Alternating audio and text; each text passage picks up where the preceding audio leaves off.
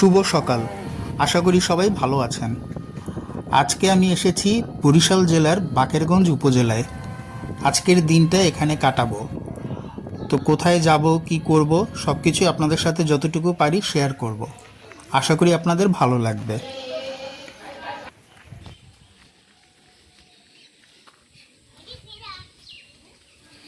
এখানে আমার বেশ কিছু রিলেটিভ থাকে। তো এখন আসলাম বোনের বাড়িতে। তো এই বাসাটা বেশ সুন্দর। যে সামনে দোলনার উপরে একটা পুতুল রাখা, বাড়ির উঠোনটা বেশ বড় এবং অনেক গাছপালাও আছে। ভালো লাগে দেখতে খুব।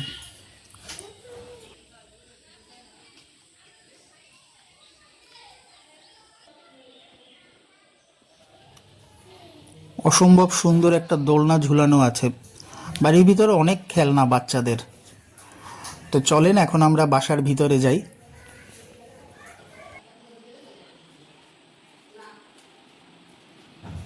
বাড়িটা যদিও গ্রামের ভিতরে, কিন্তু বাড়িটা বেশ সুন্দরভাবে গুছানো। এটা হচ্ছে রান্নাঘর,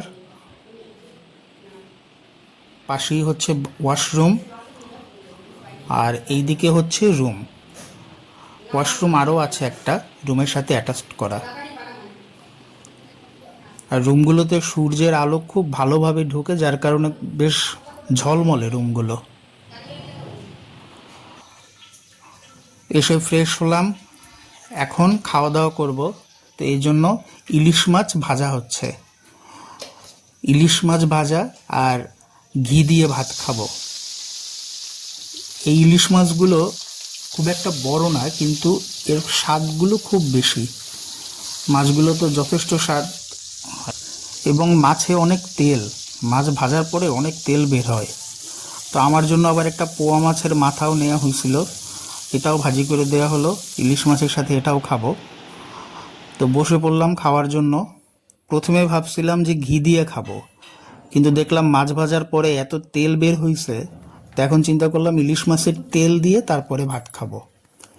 ইলিশ মাছের তেল দিয়ে ভাত, গরম ভাত, মানে এটা একটা অন্যরকম মজার জিনিস। তো এখন খাওয়া দাওয়াটা সেরে নিই।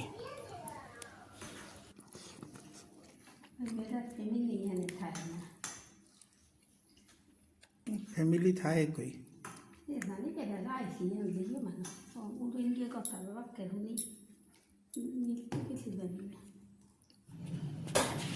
মাছগুলো একদম তাজা।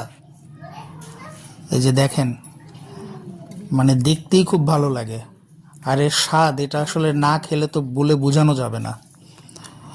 আমি খুবই ভালো খেলাম। তো খাওয়া দাওয়া করে কিছুক্ষণ রেস্ট নেওয়ার পরে একটু বাইরে বের হলাম।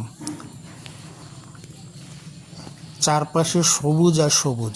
গ্রামে আসলে এটাই হচ্ছে সব থেকে ভালো জিনিস, যেটা গ্রামের, যে এত গাছপালা, নদী নালা, এগুলো আসলে শহরে তো দেখা যায় না। তো একটা অন্যরকম ভালো লাগা কাজ করে। তো বিকেলের দিকে একটু নদীর পাড়ে আসলাম। অসম্ভব সুন্দর লাগছে সন্ধ্যা হওয়ার আগ মুহূর্তে। তো নদীর পাড় থেকে আমরা আসলাম হচ্ছে এখন বাকেরগঞ্জ বাজারে। এখানে কিছু কেনাকাটা আছে। তো আমরা একটু দোকানে দোকানে ঘুরে দুই একটা জিনিসপত্র যেগুলো কেনার দরকার ছিল সেগুলো কিনলাম। তারপরে একটা দোকানে বসে পুরি আর রসমালাই খেলাম। এই দোকানের মিষ্টিগুলো বেশ মজার। তো খুব ভালো লাগলো রসমালাই আর পুরি খেতে। তো খাওয়া দাওয়ার পরে তারপরে আমরা বাড়ি চলে যাব।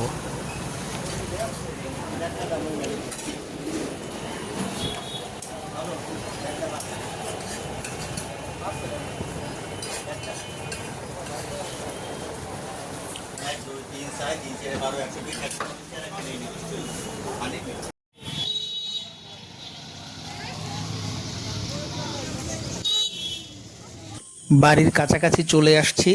চারপাশটা একদম ঘুটঘুটে অন্ধকার, যেহেতু কোনো লাইট নাই। আর ঝিঝি পোকার ডাক, গা ছমছম করছে। শুভ সকাল।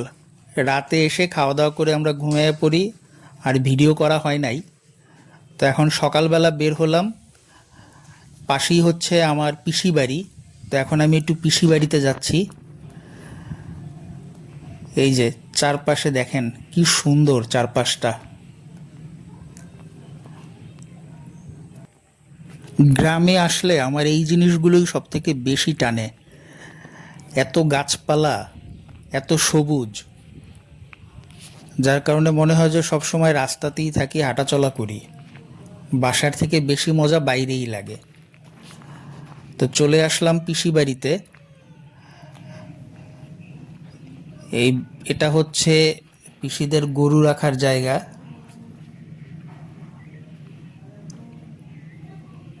তো এখন অবশ্য এখানে গরু নাই, গরু ওই যে গরুগুলো ওইখানে বাঁধা আছে।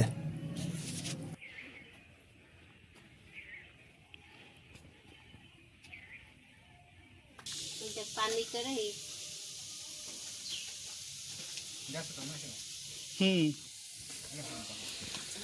গেছে তো ওইটার একটু আগে।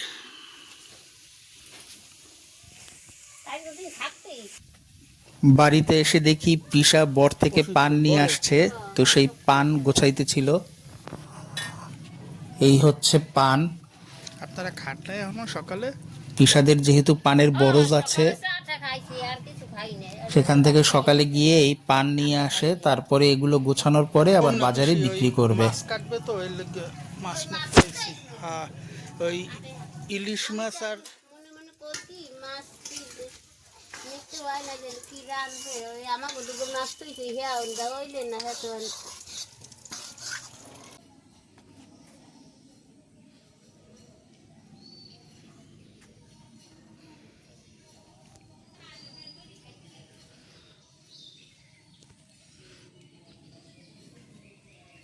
সব দিচ্ছে তুই এবার ওনে লইয়া বইয়া করছি ওই রান্না করে লইয়া ঘুরতেছে জায়গায় হইছে না হয় নাই না না বিলাইটার নাম হইছে আদিদাস। কি নাম? আদিদাস। রাজার নাম দিয়েছিল কোনবা? এই তোমার আর কান্দুনি শোনো তাও আবার পাইবে না 3000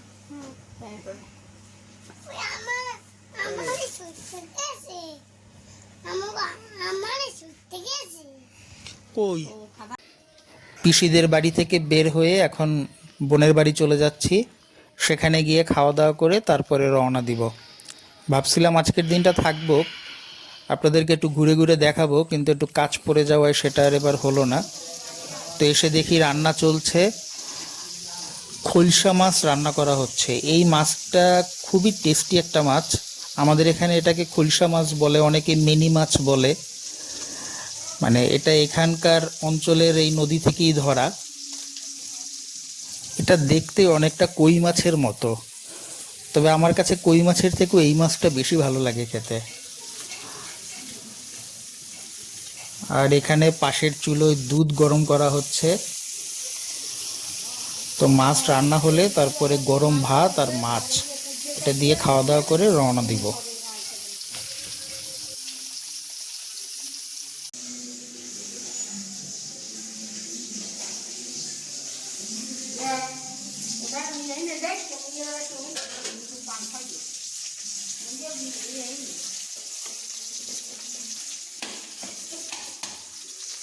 ভাত রান্নাও হয়ে গেছে, এখন মাছটা হলেই হয়।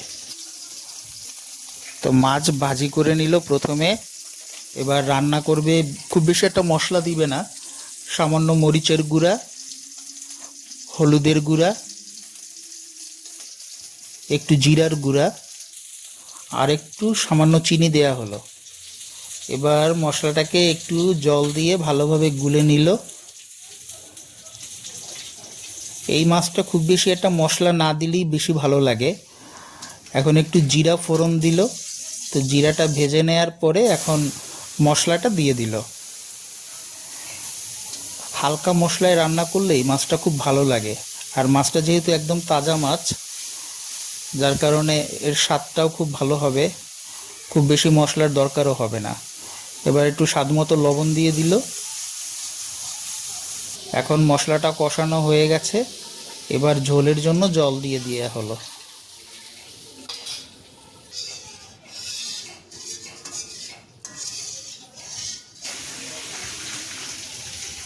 জল ফুটে উঠছে, এবার ভাজা মাছগুলো ঝোলের ভিতরে দিয়ে দিল।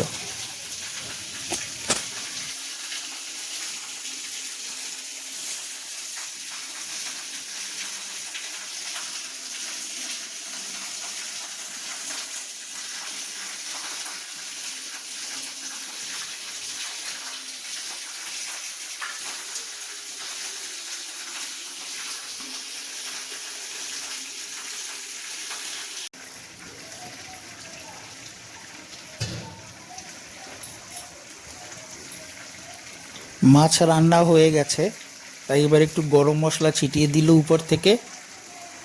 এখন আমরা খেতে বসবো। মাছের কালারটা দেখতেই তো সেই হয়েছে, খেতেও হয়তো ভালো হবে। তো বসে পড়লাম ভাত খাবার জন্য। তো একটু ঘি নিয়ে নিচ্ছি, ঘি আর মাছ ভাজা আছে, সেটা দিয়ে খাবো।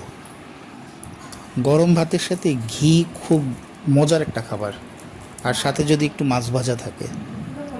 এটা হচ্ছে পোয়া মাছের মাথা ভাজা, এটা ভালো লাগে বেশ।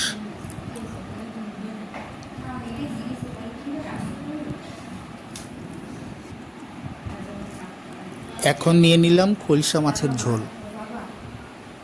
এটা হচ্ছে খলসা মাছ।